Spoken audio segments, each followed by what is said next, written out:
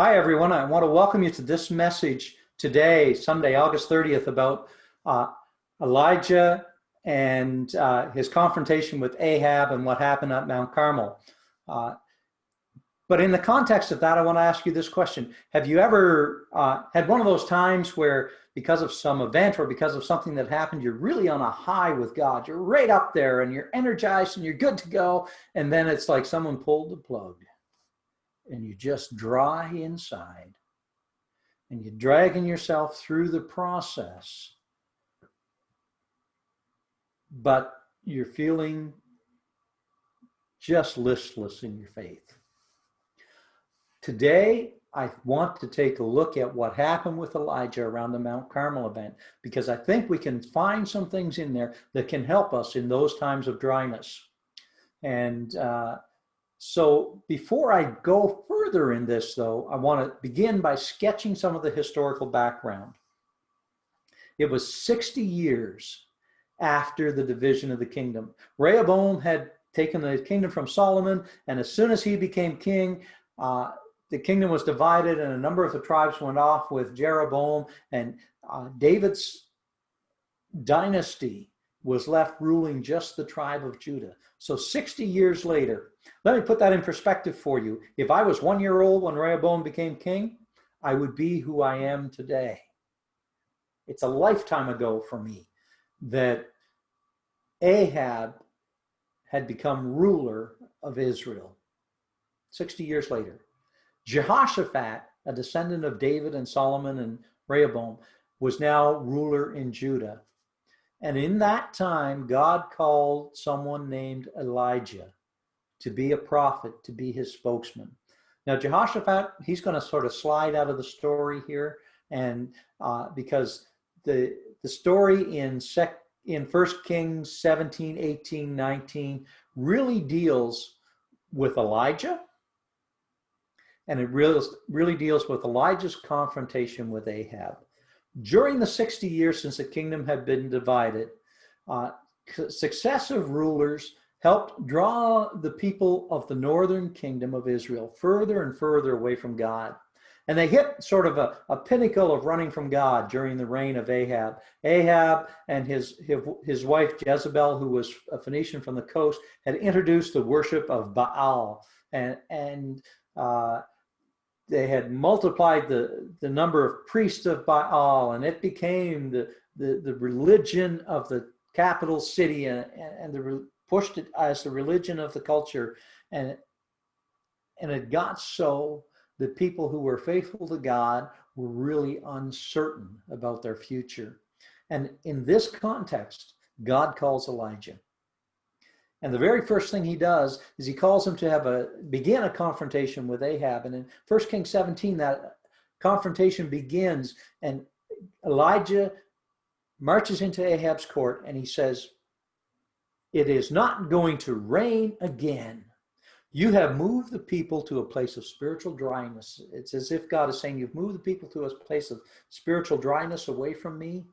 Now I am going to cause a drought to come over this whole region, and it will not rain again until things are put right. So after that confrontation, a couple of things happen. First of all, Elijah goes on a faith journey. For about 3 years, he disappears. And we'll learn a little bit about that and where he's gone in just a moment. As Elijah disappears, Ahab blames Elijah. He doesn't take responsibility for what he's done. He blames Elijah for everything that's happening. And he goes on a massive manhunt, searching Elijah and searching anybody who is faithful to Yahweh, the God of Elijah. And because of this, one of his right-hand men, Obadiah, the same Obadiah who wrote that skinny little one-page prophecy in the Old Testament, Obadiah takes 100 prophets or 100 people who are faithful to God, and he hides them away in a couple of caves, and he provides them with the food that they need and the water that they need, and they go into hiding under the protection of Obadiah during this time that Ahab is doing this manhunt. But let's take a look and see what was happening with Elijah during this time. The first thing in Elijah's faith journey is he's told to go to the east, to the Jordan River, to the place where the Kishon Brook pours into the Jordan River. And he's told to go there and to just sit there, to daily drink his water from the brook, and to trust God that God would send ravens to provide food for him. In this time, one of the first lessons that Elijah needs to learn during this dry time is he needs to learn reliance, and he needs to learn the importance of solitude, of being alone with God.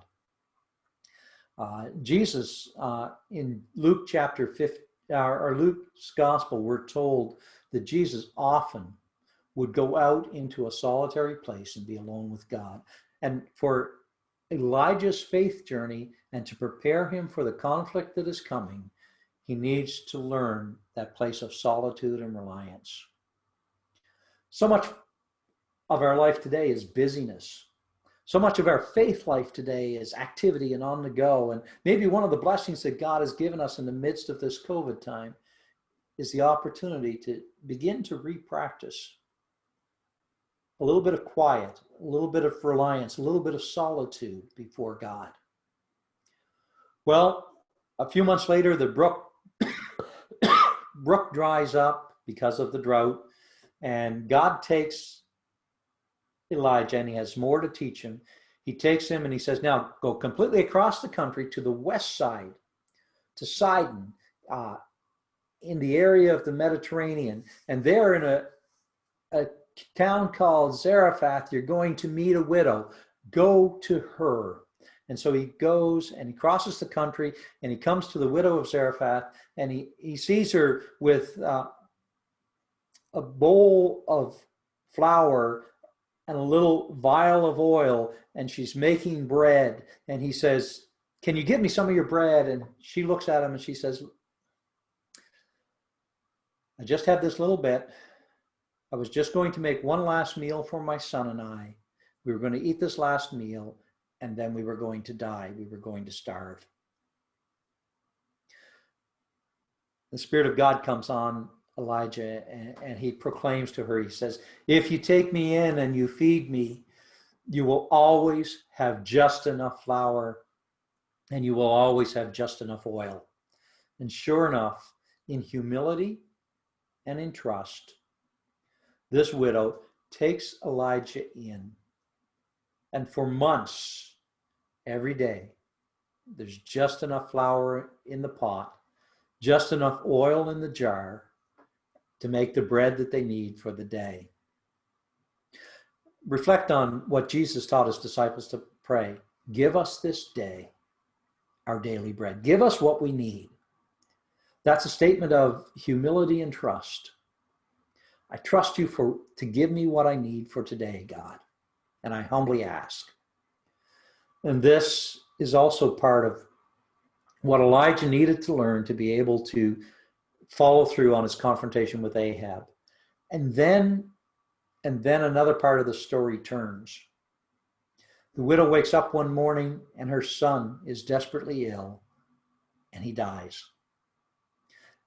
And in her grief and in her anger and in her struggling to understand, she comes out and he says, is this what God called you here to do?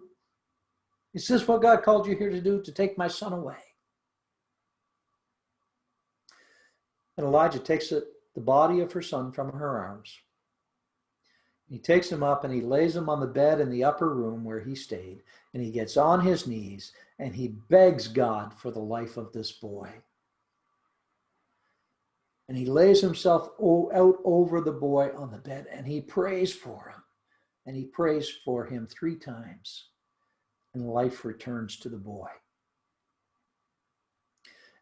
And the widow and Elijah learn not only humility and trust, but they learn the power of God over life and death. It was not long after that God calls Elijah. He's learned his lessons, and he's now ready to go confront Ahab. So he goes back to Samaria, And if he first runs into Obadiah, and Obadiah says, "Oh, you know, I've taken care of about 100 prophets of God," but and Elijah sends Obadiah with a message: "Go tell Ahab I'm coming to see him." And Obadiah, in all of his fear, trusts and delivers the message. And Elijah appears to Ahab and he says, "Okay, this is decision time." Ahab says, "Oh, here's the person who's caused all our trouble." And Elijah reminds him again, "No, it wasn't me who caused the trouble. You caused the people to have a dryness for God, and that has been reflected in a dryness in the land. But tell all of the people, you come and you bring all the people and bring your prophets of Baal and meet me on Mount Carmel." So they climb up onto this Mount Carmel, and there's a showdown at Mount Carmel. If you read it in 1 Kings 18, you can read about this, but basically let me sketch for you what happens. Elijah has 2 bulls brought up, and they're killed and they're cut up for sacrifice. And he says, "Okay, folks, this is decision day. Stop weebling like a wobble and choose today. If God is God, follow him. But if Baal is God, then follow him." And the people are silent. They don't know what to say. So here's the showdown that was put out.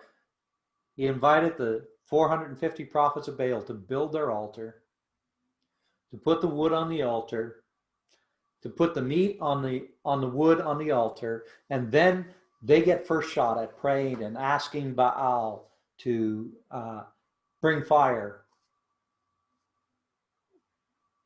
to cook this sacrifice.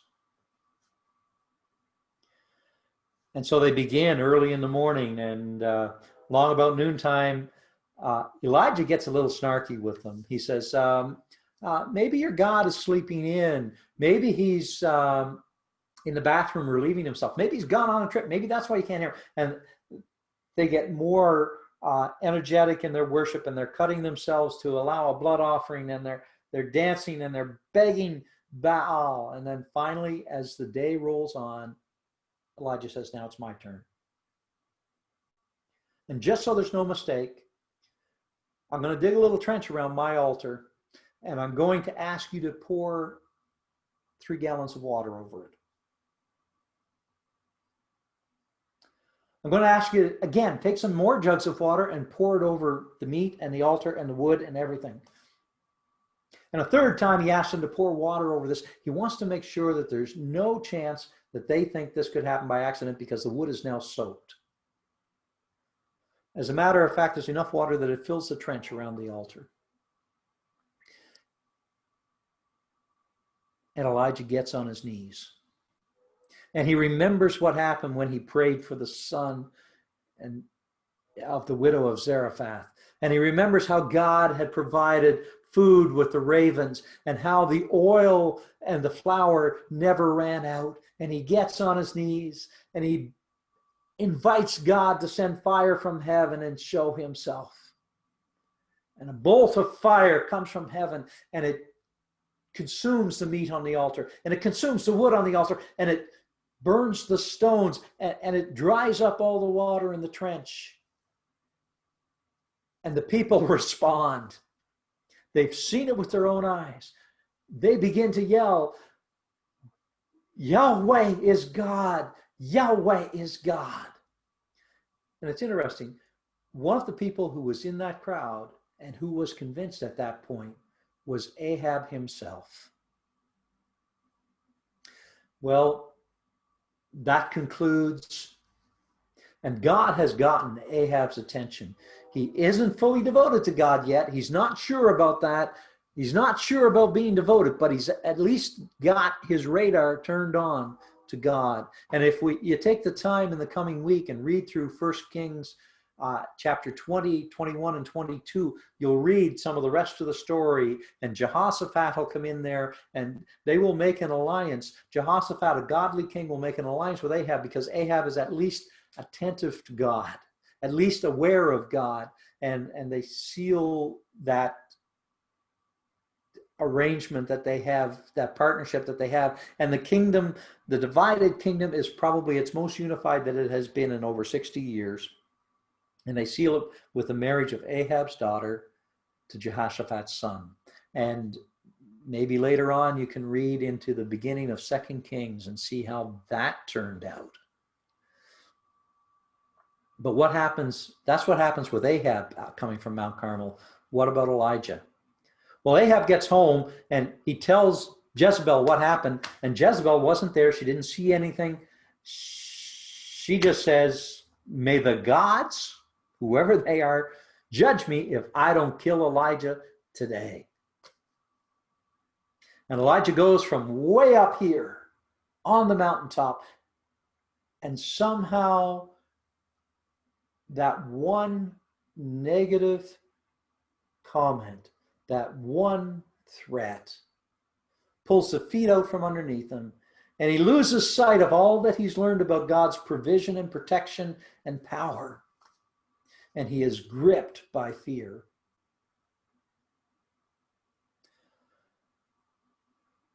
Sometimes wonder what was going on with Ahab. What baggage was he carrying inside that would allow one negative statement like that to just kick everything out from underneath him and reduce him to a place of discouragement and fear?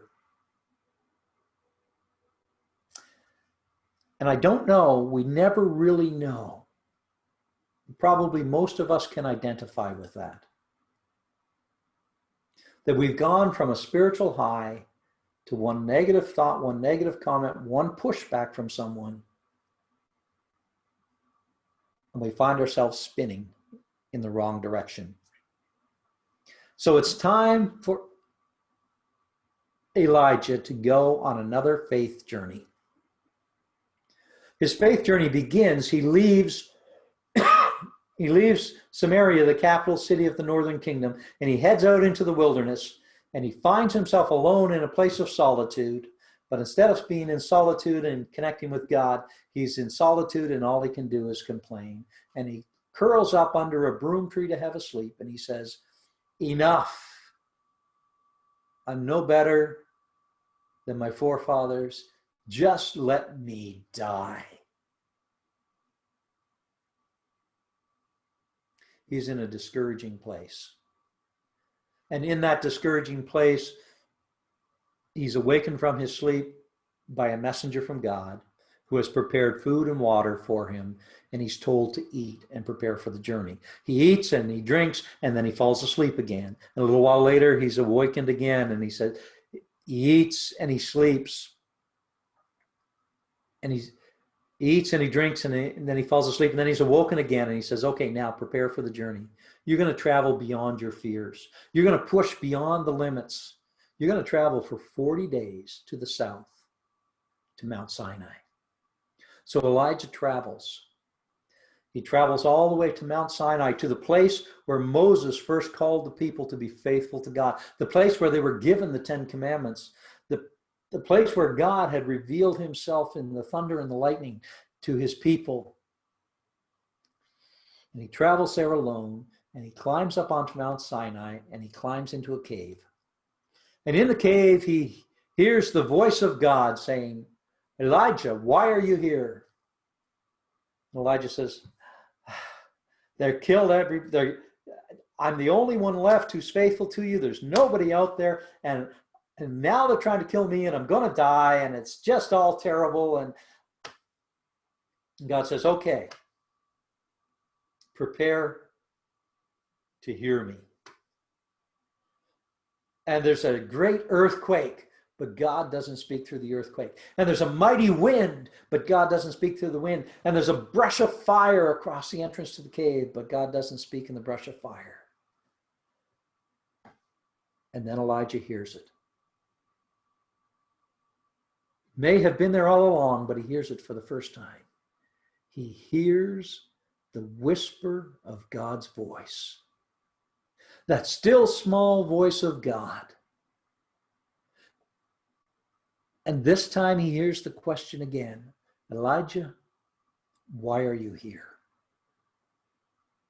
And this time in learning to listen to God's still small voice, he hears. And he's given a further mission. God says, look, I don't design for you to stay here. I want you to go back. I want you to make Elisha to be the prophet of God after you. And then go to Jehu and tell him that Jehu is one of the commanders in Ahab's army, and tell Jehu that after Ahab dies, he's going to become king. And the Aram is going to play a part in this. Go tell another gentleman that he's going to become king of Aram. And these are all going to play a part. And if you take the time to read through the end of 1 Kings and into 2 Kings over the next week, you'll see how all those play their part. But Elijah is given this further mission when he's learned to listen to the voice of God. See, God usually doesn't holler at us. He usually speaks by the still, small voice of his Spirit. And as you've been listening to all this today, I trust that God has been speaking to you. You may be in a place where you identify with Ahab. You're not sure about God, and you need him to prove himself to you. And like Ahab, you may discover that he is the God you should be following. You may be like Elijah, and you've been serving, and you're getting dry and frustrated in your walk of faith, but you need to go on that journey of solitude. And you need to learn to listen to God as he whispers to you. If you're joining us by the YouTube page or the Facebook page, I invite you, when this message is finished, to go and to find a place of quiet and just listen to hear what God is whispering to you today. If you're here in the Zoom service with us, the same question. So what is God whispering to you today? We're going to listen to some music and have a prayer time here. And I want to invite you just to listen, to see what God has to say to you. But to avoid the dryness of our souls, to avoid those times of discouragement and depression in our faith, we need to learn, like Elijah learned, to be able to listen for the whisper of God's Spirit. If you've been joining us by a Zoom or by a YouTube or Facebook, I'd love to have you let me know that you're out there. I'd love to be able to start a conversation with you and make contact. So why don't you just send me either an email or a text with your name and let me know that you've been listening, and we can start a conversation. Had one of those conversations this week where someone responded to something that we were doing as a church, and I reached out, and it's ended up being a great conversation. So let me just invite you to the conversation, to reach out by Facebook or by texting a message to the number there on the screen, and begin a conversation, and allow God to use our conversation so that he can speak, perhaps with his still small voice in some way.